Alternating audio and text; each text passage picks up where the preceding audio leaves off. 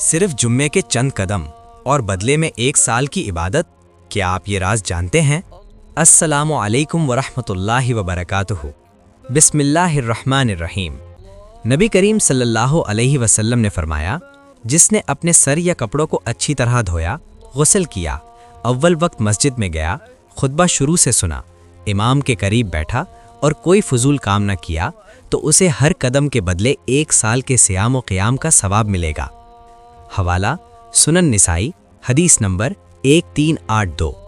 نبی کریم صلی اللہ علیہ وسلم ہمیں جمعے کے دن کی عظمت بتاتے ہوئے فرماتے ہیں کہ جو شخص جمعے کے لیے اچھی طرح غسل کرے، پاکیزگی اختیار کرے، اول وقت مسجد کی طرف روانہ ہو، خطبہ شروع سے سنے، امام کے قریب بیٹھے اور کسی قسم کی فضول حرکت یا گفتگو نہ کرے، تو اللہ تعالیٰ اس کے مسجد تک چلنے والے ہر قدم کے بدلے 1 سال کے روزوں اور راتوں کے قیام کا ثواب عطا فرماتا ہے۔ یہ حدیث ہمیں یہ سبق دیتی ہے کہ جمعہ صرف ایک نماز نہیں بلکہ ایک مکمل عبادت ہے، جس میں نیت، تیاری، ادب، خاموشی اور توجہ سب شامل ہیں۔ اللہ تعالیٰ ہمیں یہ سکھانا چاہتے ہیں کہ عبادت کا اصل حسن اخلاص میں ہے، اجر کا دار و مدار ادب پر ہے، اور اللہ کے ہاں معمولی عمل بھی نیت کے ساتھ بہت بڑا بن جاتا ہے۔